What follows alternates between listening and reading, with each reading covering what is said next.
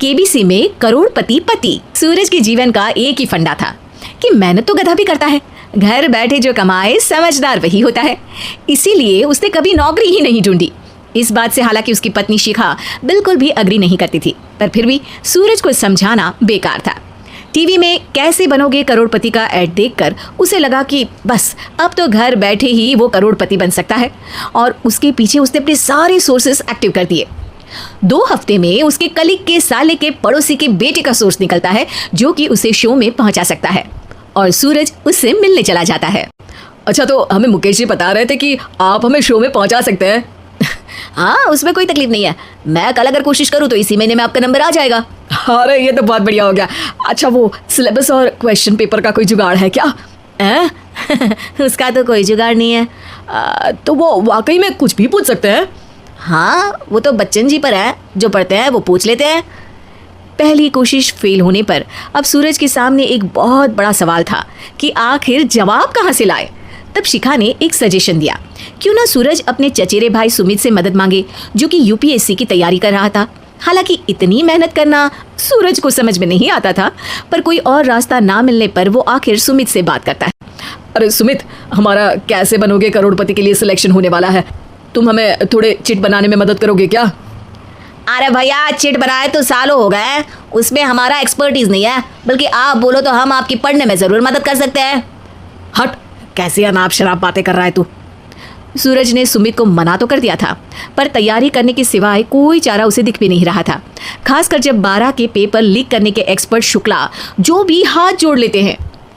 आखिर सूरज को सुमित के पास जाना ही पड़ा, और उसने सुमित और शिखा से वादा किया कि वो बहुत मेहनत करेगा।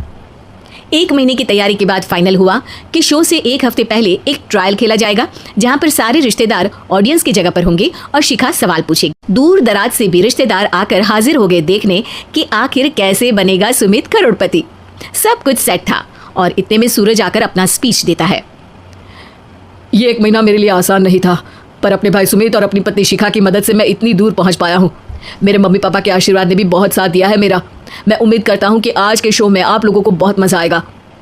साक्षी पहला सवाल पूछती है और पूरे कमरे में सन्नाटा छा जाता है।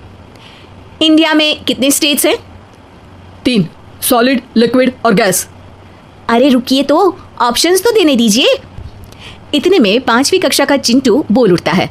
अरे क्या मामा, आप तो पहले सवाल पर ही आउट हो गए। अरे बेटा, पहला सवाल तो ट्रायल होता है ना। अरे तुम अब देखना। देखने जैसी बात तो थी ही। सूरज को इतना शांत किसी ने नहीं देखा था। कभी कभी तो लगता था मानो सूरज आंख खोलकर ही सो गया हो। मामा जल्दी करो प्लीज, कल सुबह पनवेल भी तो निकलना है।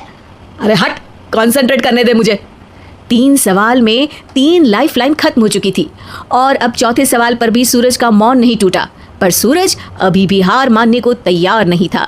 उधर हर कोई सूरज को छोड़ सुमित को देख रहे थे। आखिर सुमित ने ही तो पढ़ाया था सूरज को। गजब बेइज्जती है यार। अरे बेटा, तो बाप का, दादा का, भाई का, सबका नाम बुड़वाएगा।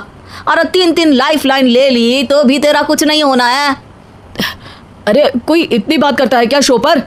अरे बेटा, शो पर तेरे जैसे भी तो नहीं आते ना।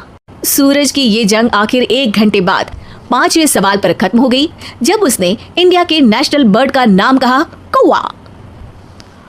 अरे बेटा, मजा तो बहुत आया, बस थोड़ा टाइम पर खत्म होता तो आनंद भी आ जाता।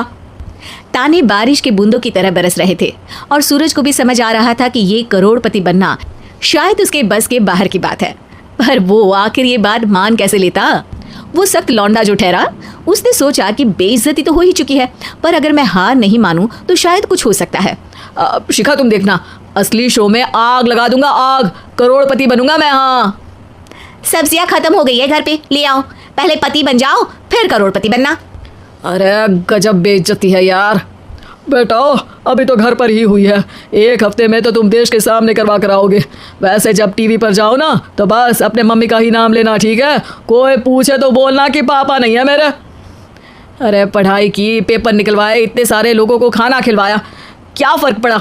इसीलिए मैं कहता हूँ कि मेहनत तो गधा भी करता है, घर बैठे जो कमाए वही सिकंदर। लेकिन मामा, गधे भी जानते हैं कि हमारा राष्ट्रीय पक्षी मोर है।